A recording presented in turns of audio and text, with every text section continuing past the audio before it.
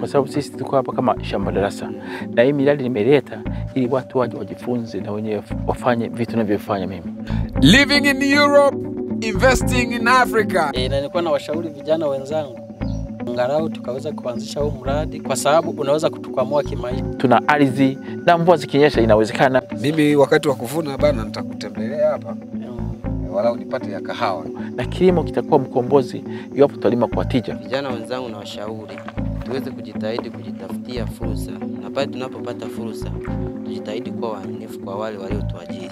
Kufuga na kuishi na mifugo. Watu wengi tunaishi na mifugo hatufugi. Sasa kufuga na kulima ni science. Sasa darasa zuri linapatikana hapa hapa. Na tunakwenda Discovery inaenda shambani jamani.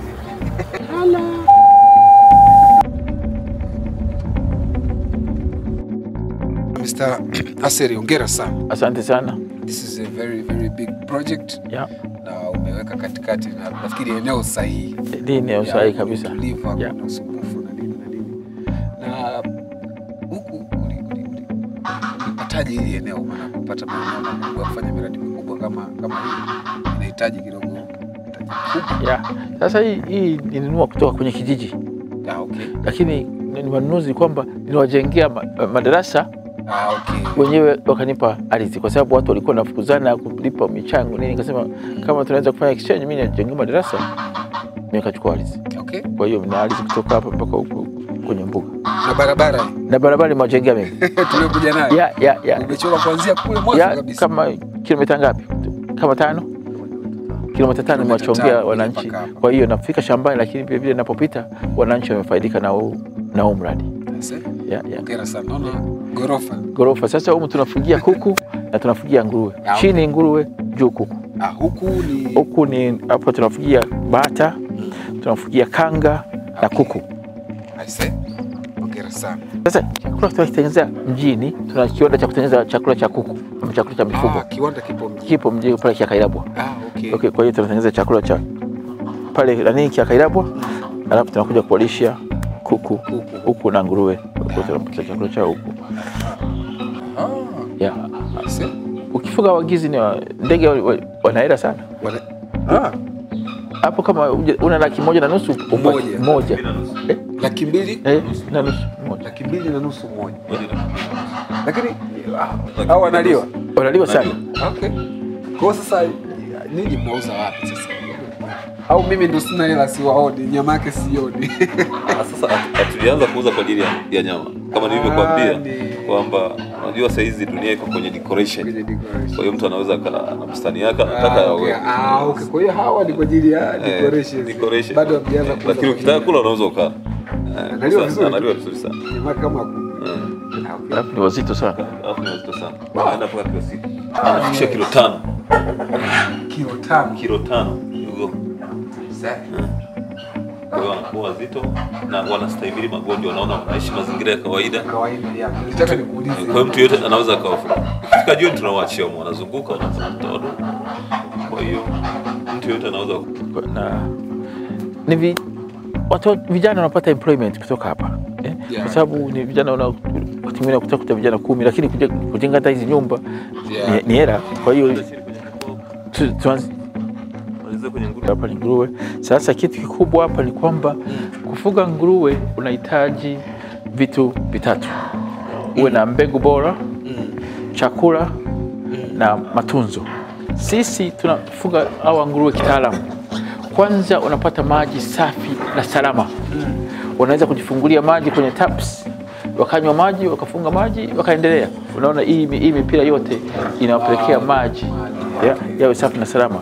Na tunajua kwa mfano huyu amezaa watoto 10, akiwa na maji ya kutosha na watakuwa haraka. Kwa hiyo tunachofanya ni kwamba tunamlisha mama vizuri, chakula cha kutosha, anakunywa maji ya kutosha.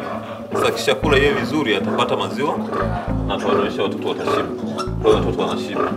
Sisi tunafahamu kwamba mtu ukimwambia ufugaji wa nguruwe anakuwa mwoga kwa sababu ya chakula. Chakula kwa jinsi ninavyoona nguruwe walivyo na wili na nini. Chakula na kula kwa nguruwe ni science. Unapaswa ujue chakula cha kuboost kwamba ukue haraka, lakini vile vile unapata supplement ya chakula. Kwa mfano unaweza unawapa majani, unawapa miogo ambayo tunalima sisi wenyewe. Yani upande wa chakula unapaswa ufanye economics ili uweze kushamili. Na usipofanya hivyo uweze. Sio ya kwetu kienyeji unawalisha. No. Chakula tunayofanya, unajua tulianza na mradi wa kuku. Sasa kwenye mradi wa kuku kuna wakia kuku pale chakula, kuna chakula kinadondosha, kuku anadondosha. Na ile chicken drops vyote. Kwa hiyo tukaona kwamba vinapotea bure.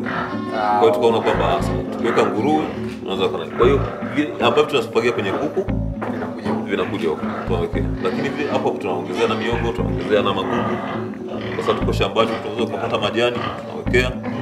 Mazizi ya nguruwe yanapaswa kuwa masafi. Hapa hujasikia harufu ya kusema kwamba siwezi kuingia humo. Kwa hiyo nguruwe ni wasafi sana. Mimi nimeshangaa. Safi yani. Nguruwe ni wasafi sana. Hapana, hiyo sio kweli. Wanataka wakae sehemu safi na salama. Alafu that is animal welfare ambayo tunapaswa kuifuata. Kwamba sisi alafu nguruwe wetu sisi ni friendly, tunawapenda sana. Na wenyewe wanatupenda sana. Hawana shida. Kwa hiyo tumetoka kwenye mradi wa nguruwe.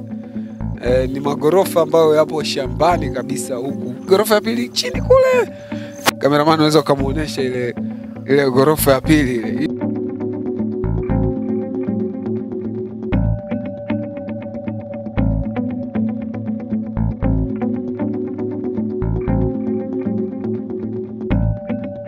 Unaweza kuona hivi tumevilea. Hivi vina size vina siku 17 hivi. Vina siku 17.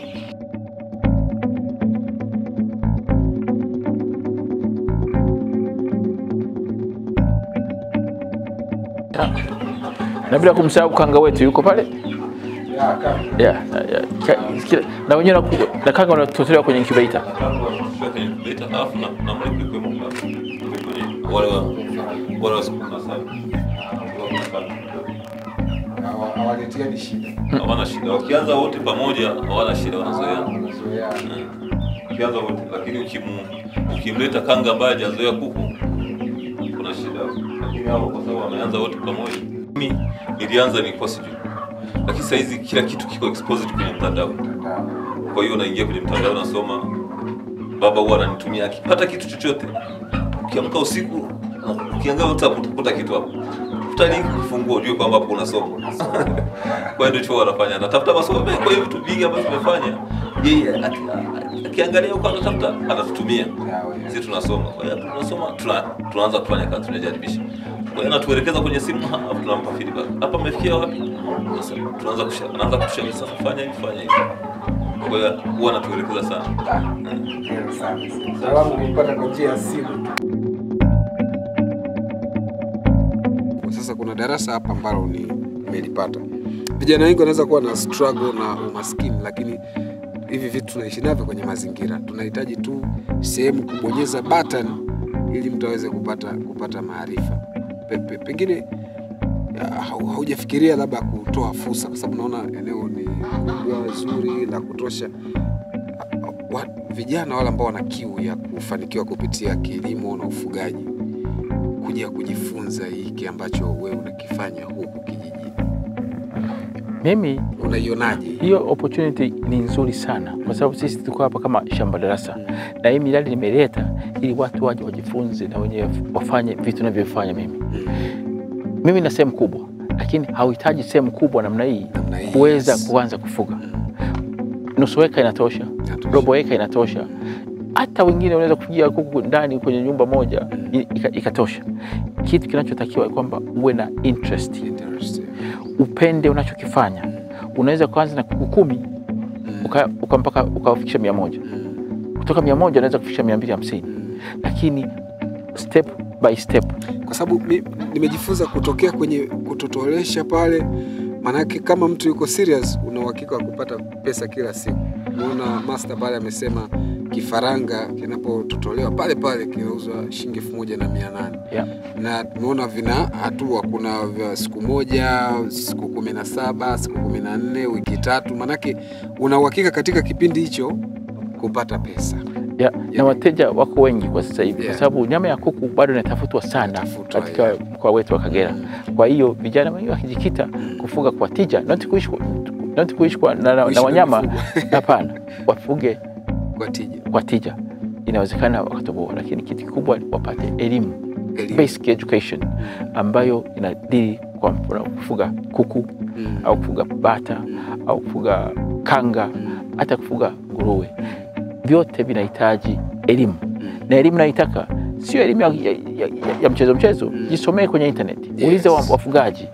Hiyo ni kitu kikubwa sana. Lakini kusema kwamba mimi nitafuga bila kuwa na knowledge haiwezekani.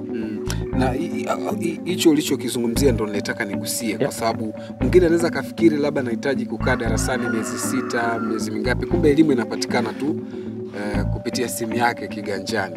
Ni yeye tu kuamua kama ulivyosema kwa na interest. Sasa hivi hakuna kisichowezekana kupitia kwenye internet. Labda watu wengi vifurushi ni expensive. Kwa hiyo na serikali inapaswa iangalie kwamba unapotoza vifurushi unakuwa umekwamisha baadhi ya watu.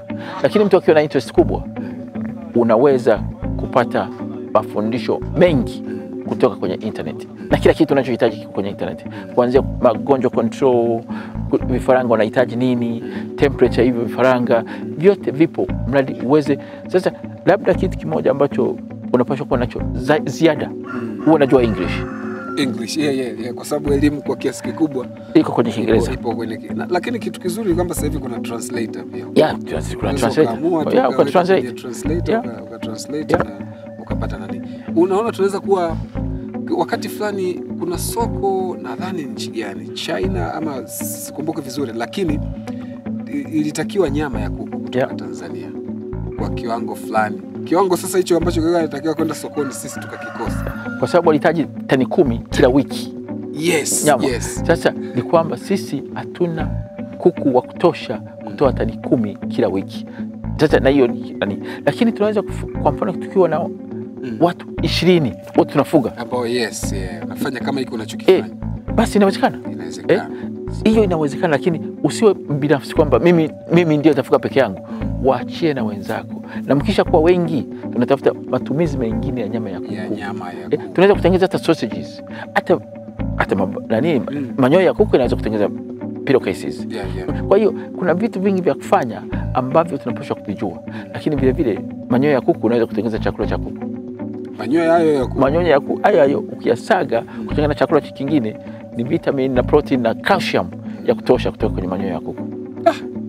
It's beautiful. Mimi nimependa kwa kweli, ni sijutii kuja huku kwa sababu ni tu ambao nafikiri nimejifunza kitu, na ninatamani kwa sababu vijana wengi huko tunapambana kuona kama tutatoboa, lakini kumbe kuna njia ambazo ni za kwetu, tunaishi nazo tangu zamani, tumeishi nazo, ni vitu ambavyo sio vigeni, lakini kuna namna tunahitaji tu change namna ya kuvifanya ili viweze kuwa. Yaani ukichange mindset ya watu, maana kila mtu Tanzania wasema mtaji, lakini mtaji wa kwanza ni wewe mwenyewe, jinsi unavyofikiria na namna to go about it. Lakini perseverance inahitajika, tenacity, vitu vya namna hiyo vinahitajika, kwamba usianze siku moja ukataka matokeo pale. Hapana, it takes time. Na ni miradi ambao kwa kweli imeajiri vijana wa maeneo haya. Kwa hiyo ni kwamba unapoanza safari moja inaleta kitu kingine. Unaona wewe ulivyofikiria kuanzisha miradi, lakini kuna watu wamepata ajira na wenyewe wana watu wao wanawahudumia. Kwa hiyo ndo tunakata ile chain ya umaskini. Sasa hivi tuna vijana kama 13 wanafanya kazi kuanzia kule juu mpaka hapa. Hao tunatoa katika wimbi la unemployment. Kwa hiyo hao wanajitegemea na familia zao zinawategemea. Tunawapa sisi wafanyakazi wetu, tunawapa accommodation. Tuna accommodation za kutosha, tunaweza hapa kule chini. Kwa hiyo vijana wetu wanaweza kuishi hapa shambani na wakala sisi tunampa chakula bure. Kwa hiyo kila kitu hapo kinapatikana. Na ni vizuri sana kuona kwamba vijana wetu tunaweza kupata ajira. Mimi nataka nikuombe kitu kimoja. Nikisema nitafute vijana 15 mpaka 20 ambao wana interest kama ulivyosema, wanahitaji kujifunza haya masuala ya ufugaji na kilimo, kwa sababu tumegusia na kilimo kule. Utaweza kutoa nafasi ya wao kujifunza? Mimi nitawakaribisha sana, kwa sababu wakija hapa kama wako tayari na wenyewe kushiriki na vijana wetu kufanya hizo shughuli kwa muda wa mwezi mmoja, wiki 3, wanaweza kuwa wamejifunza kitu. Na wakijifunza kitu kama watakuwa wamefanya vizuri, tutawapa hata mtaji wa kuanzia. Tunawapa kuku, vifaranga na nyie kafuge. Kwa sababu watakuwa hiyo shughuli mwezi mzima wanafanya kazi hapa, itakuwa ni mtaji. Hiyo ni fursa ambayo nafikiri tunapaswa kuifanyia kazi. Mimi na kuahidi nitapambana vyovyote niwezavyo. Kikubwa ulichokisema ni interest tu. Mtu awe tayari kufanya hii kitu. Na sisi tumepata mayai hapa. Brother, naomba ona faida ya hivi vitu. Nijipatia mayai hapa. Naomba. Safi sana. Kutoka kwenye shamba la Mr. Aseri. Nimejipatia mayai hapa, lakini kuku wangu yule pale kama ni uzuri ni organic eggs. Organic eggs. Yes. Kwa mimi nimejipatia. Sasa ukihitaji vitu vizuri inabidi ujitahidi kufanya kitu kizuri, na vitu vizuri vinapatikana huku. Mr. Aseri ameshatoa room. Anao vijana ambao wanafanya vizuri, wanaweza kuwa ni walimu. Tukiweka utaratibu mzuri, tunaweza tukaja huku tukajifunza, na kama alivyosema wale ambao wataonekana wamefanya vizuri na wana interest ya kufanikiwa, basi unapewa mtaji, unapewa kuku kama nimepewa kuku na mayai na vifaranga, unaenda kuanzisha project ya kwako. Lengo ni kuona kama wote tunaweza tukainuka kiuchumi. Mimi nakushukuru sana Mr. Aseri kwa kunipa hii kitu. Nilikuwa na muda mrefu sijala. Unaona hata shida vitu muda mwingine bana, kukosa hivi vitu kunatufanya tukose lishe. Hapa naenda kupata lishe nzuri. Lakini kuna kitu kingine napaswa kujifunza, mtangazaji, kwamba sisi kuku wetu hatupaswi kuwashika kwa mabwawa. Tunaona tumemfunga vizuri ili wasiteseke. Sisi welfare ya wanyama tunaijali sana. Na nimeona wanawapenda. Tulivyokuwa tukifika kwenye, unaona kabisa wote wanakukaribisha. Ni kwa sababu tunawajali sana. Sisi tunavyowatreat. Tunavyowajali. Kwa hiyo siku nyingine nitakuja tuongelee samaki. Asante wa samaki. Nafikiri ni eneo ambao uko vizuri. Mimi tuna mambo tunajua sana upande wa samaki. So hiyo eneo tutaliongelea tena. Okay. Asante sana. Tunashukuru.